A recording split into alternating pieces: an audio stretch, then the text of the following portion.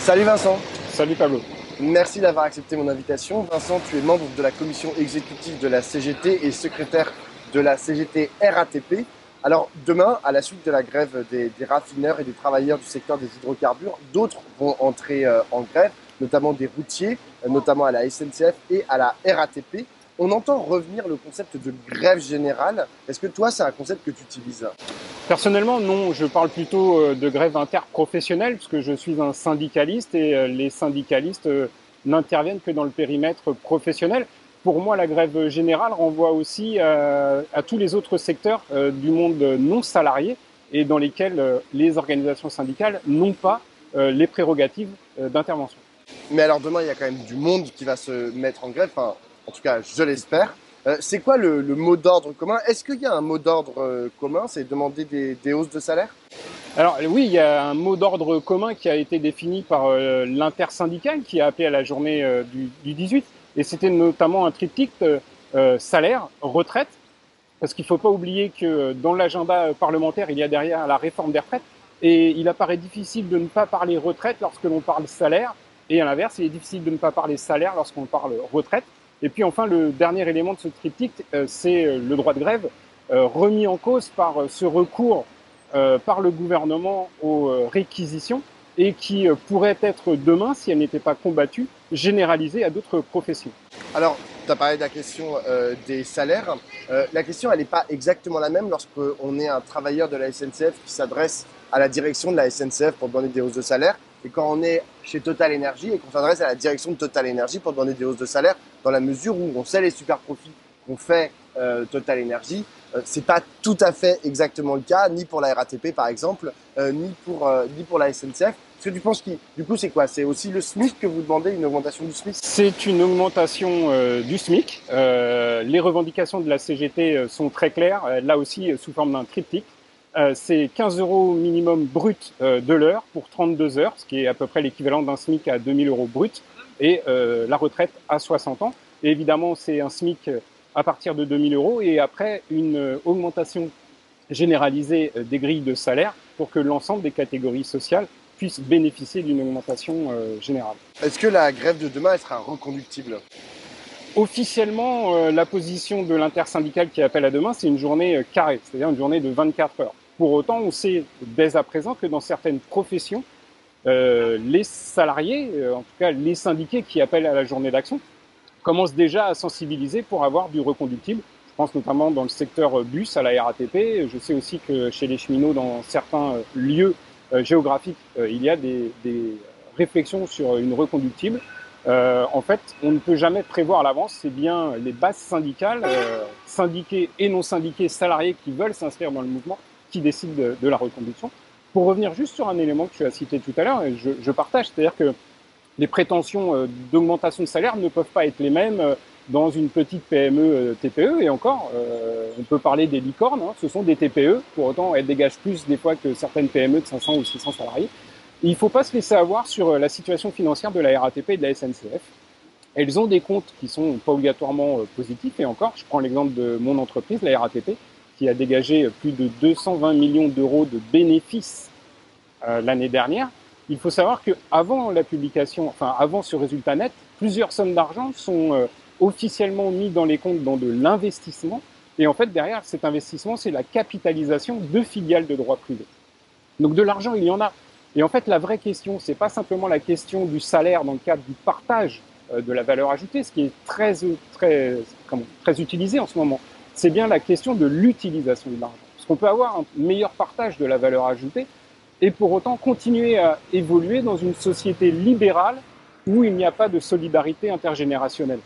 Et donc derrière la question, c'est bien augmenter les salaires pour financer la protection sociale, pour vivre mieux et pour avoir une réelle reconnaissance des qualifications et des compétences dans le monde du travail.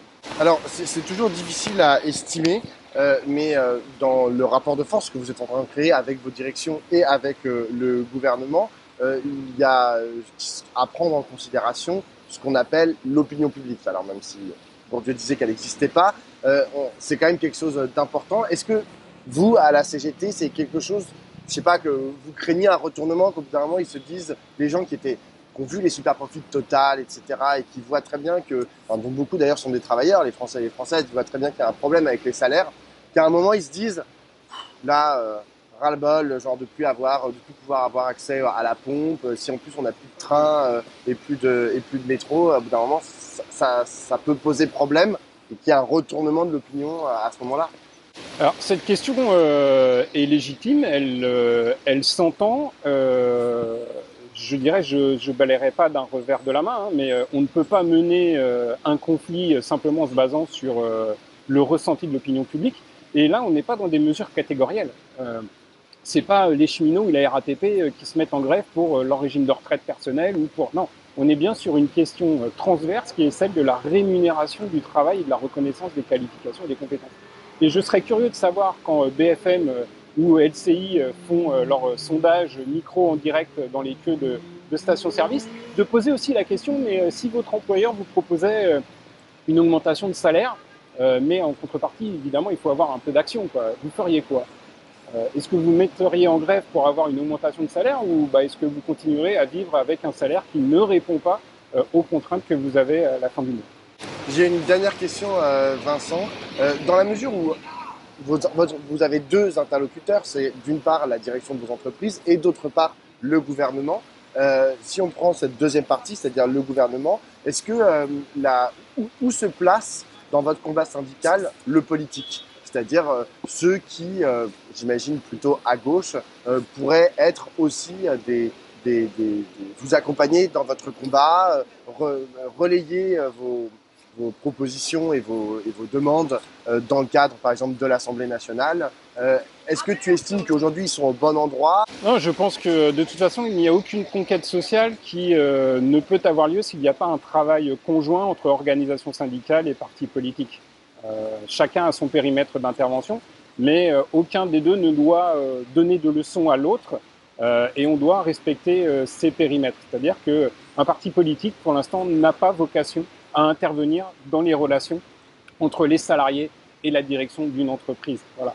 Pourtant, le politique aujourd'hui, le législateur, qu'il soit à l'Assemblée nationale ou au Sénat, peut totalement intervenir dans la question des augmentations de salariés.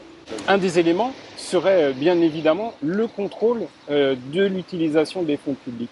Quand on a aujourd'hui l'ensemble des entreprises, y compris Total, ExxonMobil, qui bénéficient des allègements de cotisations, voire des exonérations de cotisations sur les bas salaires, et ben en fait, ça crée des trappes à bas salaires. Et c'est pour ça que les entreprises ne veulent pas augmenter les salaires et préfèrent reverser par des primes. C'est qu'à un moment, si les salaires augmentent trop, eh ben, ils ne seront plus sous les seuils qui permettent de bénéficier de ces allègements de cotisation ou d'exonération, tout simplement. Et c'est là où le politique peut lui aussi intervenir dans le combat syndical sur les augmentations de salaire. C'est dire, tout employeur qui n'augmente pas les salaires, qui n'améliore pas les conditions de travail, de vie et de travail, qui ne permet pas un équilibre entre la vie privée et la vie professionnelle, ou qui simplement n'a pas comme finalité la production d'un bien ou d'un service nécessaire à l'intérêt général, eh ben, si on lui sucre tout simplement les aides de l'État, voire même on peut demander à ce qu'il rembourse. Demain, donc ça va être une grande grève, mais est-ce qu'il va y avoir aussi des marches, des mobilisations? Est-ce que vous attendez du monde dans la rue? Alors, ce week-end, le dernier décompte que j'ai pu avoir, il y a à peu près 140 manifestations, rassemblements qui sont organisés en territoire. Contrairement à ce que disent les médias, c'est pas simplement la CGT qui appelle, il y a CGT, FO, FSU, les mouvements lycéens et étudiants, et nous avons même dans certains territoires des syndicats CFTC, voire même CFDT, qui appellent à la mobilisation, donc sous forme de manifestation, et dans les endroits où c'est beaucoup plus compliqué d'organiser des manifestations, des rassemblements dits symboliques devant des préfectures ou les sièges des patronaux locaux. Donc demain, tous en grève et tous dans la rue. Tout à fait, demain, tous dans l'action. Parfait.